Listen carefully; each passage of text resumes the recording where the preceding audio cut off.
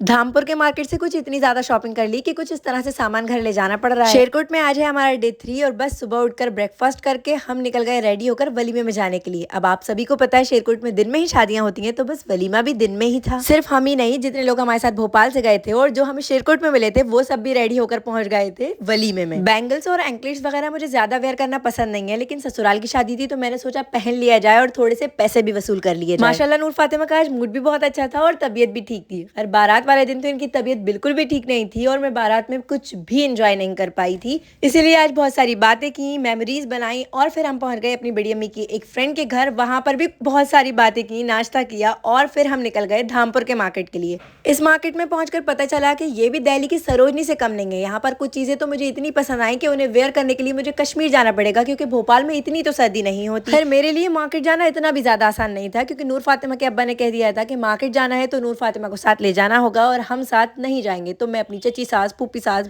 बड़ी अम्मी सास सबके साथ में पहुंच गई मार्केट नूर फातिमा को गोद में लेकर, और जो कि मेरे लिए एक बहुत मुश्किल टास्क था, क्योंकि नूर फातिमा किसी की गोद में नहीं जाती है, इसलिए पूरे मार्केट में मुझे ही गोद में लेकर उन्हें घूमना पड़ा। फिर हमने कुछ सैंडल्स देखी, स्लीपर्स देखी और उसमें से मैंने कुछ अपने लिए और कुछ अपनी सिस्टर इन लॉ के लिए परचेस भी की। फिर हम पहुंच गए डिलाइट गारमेंट्स, जहां से मैंने नूर फातिमा के लिए बहुत सारे ड्रेसेस और साथ में ये ब्यूटीफुल जैकेट परचेस की। और यहाँ से हम सब ने बहुत सारी चीजें परचेस की थी। खैर कुछ लोग ऐसे होते हैं ना कि एक शॉप पर सब खड़े होते हैं, लेकिन उन्हें पूरा मार्केट देखकर आना होता है कि कहीं कुछ अच्छी चीज उनसे मिस ना हो जाए। तो बस यही यहाँ पर चेकिंग चल रही है।